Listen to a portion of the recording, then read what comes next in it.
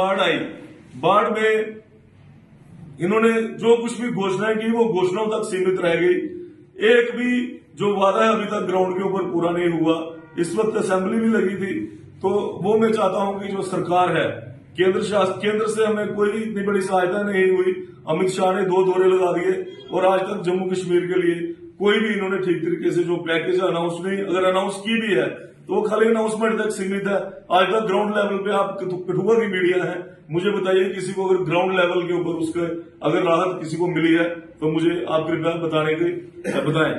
और मैं दूसरा ये कहना चाहता हूं कि जो बिजली का हमारे यहाँ पे कनेक्शन लगे हैं, मोटरें लगी हैं खेतों के अंदर, उन मोटरों का ये कह रहे हैं कि एक अलग से कनेक्शन जो है, जैसे आप घरों पे बिजली का कनेक्शन लेते हैं उसी तरीके से मोटरों का कनेक्शन आप जो है यहाँ पे लीजिए। अगर एक किसान ने 4 मोटरें लगाई होंगी उसको 4 कनेक्शन लेने पड़ेंगे। अगर महीने का साल का 12,000 भी एक मोटर का बिल आए तो 12 को आप 4 से मल्टीप्लाई करें, सारी की सारी जो उसकी आय है, इनकम है, उसके अंदर निकल जाती है।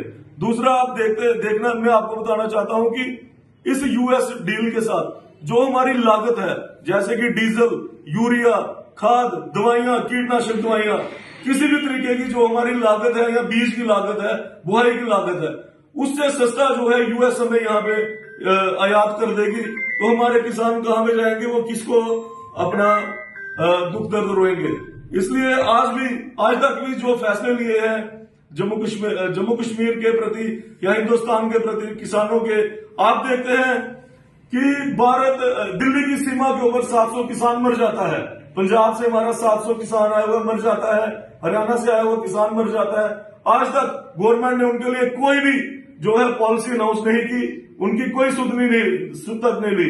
मैं चाहता हूं कि जितने भी किसान हमारे शहीद हुए हैं किसी भी किसान आंदोलन में, उनको शहीदों का जो दर्जा दिया जाए, उनकी फैमिलीज को एक मेंबर को जो नौकरियां दी जाए। इसके अलावा मैं आपको ये कश्मीर अंतर्राष्ट्रीय बॉर्डर, उसमें तारबंदी है। अगर रिंग रोड को आप 4 गुना मुआवजा दे सकते हैं रिंग रोड के किसानों को, तो हमारे जो तारबंदी के किसान हैं उनको भी 4 गुना जो मुआवजा दिया जाना चाहिए। और जो हमारे किसानों को बिल्कुल बराबर सुविधा और सब्सिडीज जो है, हॉर्टिकल्चर हो, एग्रीकल्चर हो, उनको सब्सिडीज जो है सही तरीके से मुहैया होनी चाहिए। एग्रीकल्चर डिपार्टमेंट जैसे सोया वैसे सोया ना रहे, जगह जगह पे जाके अपने कैंप करे और सही तरीके से काम करे। बाकी अब मेरे साथी जो लोकल कड़ुआ के हैं वो अपनी बात रखेंगे। इसमें धान की फसल जो है वो मेन फसल होती है, उसके बाद गेहूं की, और धान की फसल में इतनी लूट है बीज में, किसानों के मुतलका जो सेंट्रल गवर्नमेंट का रवैया है वो बिल्कुल ही नकारात्मक है। और जब उसका बीज देते हैं तो बीज का रेट 200 रुपया किलो, 400 रुपया किलो, और जब उसकी सेल होती है तो सेल वही आती है 22 रुपये, 23 रुपये, 25 रुपये किलो। और इतना फर्क 400 रुपया किलो और 22-23 रुपये किलो, इतना बड़ा अंतर पिछली दफा जब ये सेल हो रहे थे, इसका अपना धान की जो बीज का रेट बीज लेनेंगे, तो उसका रेट उन्होंने बताया कि ये इसका रेट है 250 रुपया किलो, 300 रुपया किलो। मैंने उसे दुकानदार को बोला कि आप ऐसा करो, 300 रुपया किलो है, ठीक है, मैं 300 के बजाय आपको 350 भी देता हूँ, लेकिन हमारा जो जब निकलेगी तो आप हमसे 250 ले लेना, 250 ले लेना, 200 ही ले लेना, 200 रुपया किलो ही ले लो।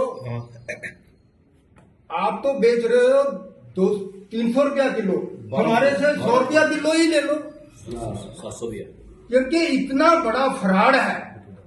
और ये कंपनियां जो है ये किसानों को लूट रही हैं। वैसा ही हाल पेस्टिसाइड में है, वही हाल फर्टिलाइजर में है। और फर्टिलाइजर भी जो है वो जिनके उसका जो बोरी का वेट है, वेट कम कर दिया और रेट उसका बढ़ा दिया।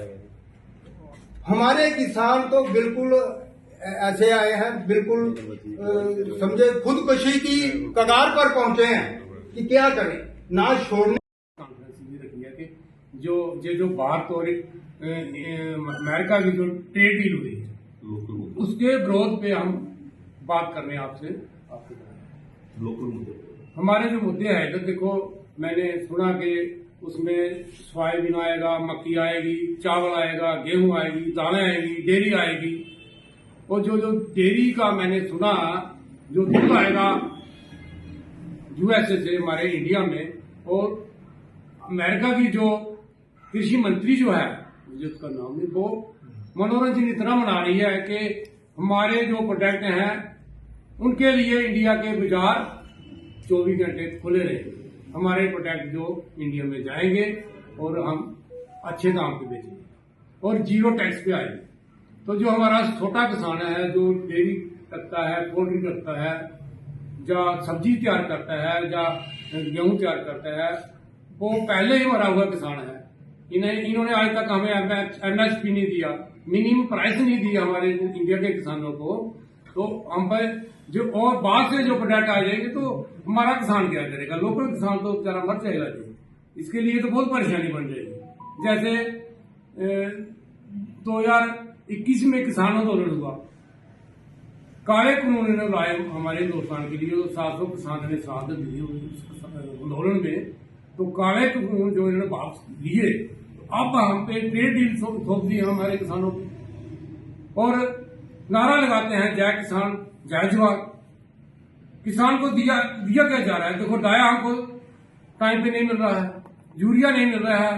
जितने भी किसान सुविधा केंद्र हमारे कठुआ में, नगरी में, जितने भी हैं सराउंड एरिया में, किसी को किसान को बिल नहीं देते हैं। पेस्टिसाइड जब देते हैं उससे घास नहीं मरता है किसानों का, वो डुप्लीकेट होती है। किसान जाता है दुकान पे, मैंने आपसे जो पेस्टिसाइड लिया है, वो कहता कहाँ है बिल वो देते नहीं है।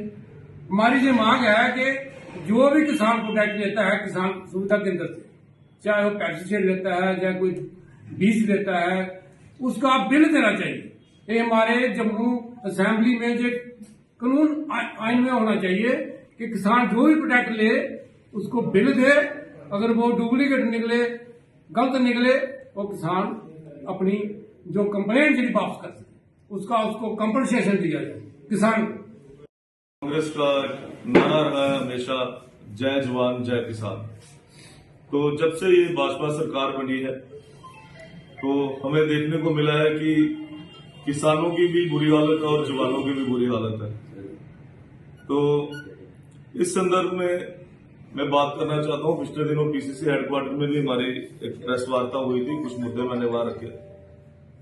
तो जैसे कि एक नई डील सामने आई है जिसमें यूएस और हिंदुस्तान की सरकार का जो यहाँ पे एक समझौता हुआ है कि वहां से जो कृषि एग्रीकल्चर से रिलेटेड और हॉर्टिकल्चर से रिलेटेड जो प्रोडक्ट्स हैं जो आयात किए जाएंगे, ये सीधा ये जो समझौता है ये हमारे किसानों की पीठ के ऊपर छू रहा है, हमारी रोजी रोटी के ऊपर इन्होंने एक बहुत बड़ा हमला जो है किया है। आप जैसे कि मैंने ये प्रेस कॉन्फ्रेंस के लिए कठुआ को चुना क्योंकि ये एक बॉर्डर इलाका है, हमारा पूरा बॉर्डर यहां से जुड़ा है। और मैं आपको कुछ चीजें डिटेल में बताना चाहता हूं कि जो अमेरिका के जो फार्म्स होते हैं, खेत होते हैं, वो हमारे खेतों की तरह नहीं होते। वहां पे बड़े बड़े जो फार्म्स हैं, हमारा जो किसान है वो छोटे खेतों में निर्भर है। और वहां पे जो इक्विपमेंट्स हैं, काम करने के लिए जो इक्विपमेंट्स हैं खेती बाड़ी के लिए, बहुत हाईटेक है। जहां पे हम एक कनाल में से 2 बोरियां या 3 बोरियां निकालते हैं, वो अपनी सुपर प्रोडक्शन की वजह से ज्यादा जो प्रोडक्शन वो करेंगे। और हमारा ये समझौता, जब वहां से गेहूं चावल यूएसए से निर्यात होगा, हमारे यहाँ पे इंपोर्ट होगा, तो सीधा हमारे खेत मजदूर, जो खेतों में काम करने वाले मजदूर और जो किसान जहां पे फसल उगाते हैं, उनकी फसल पे इसका सीधा असर पड़ेगा।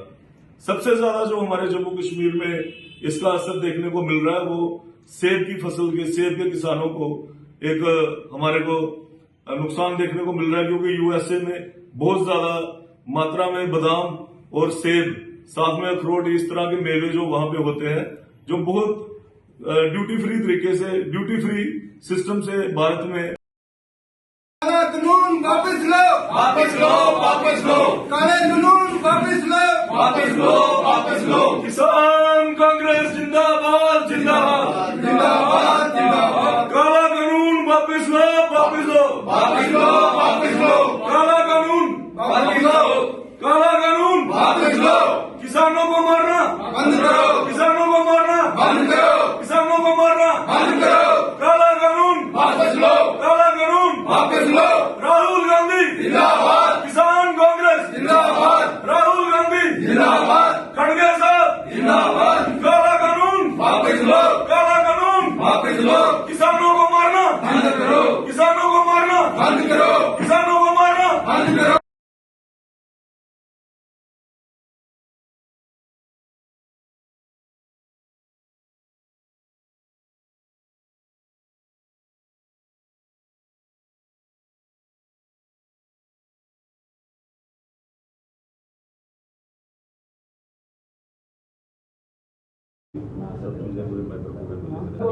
भैया मैं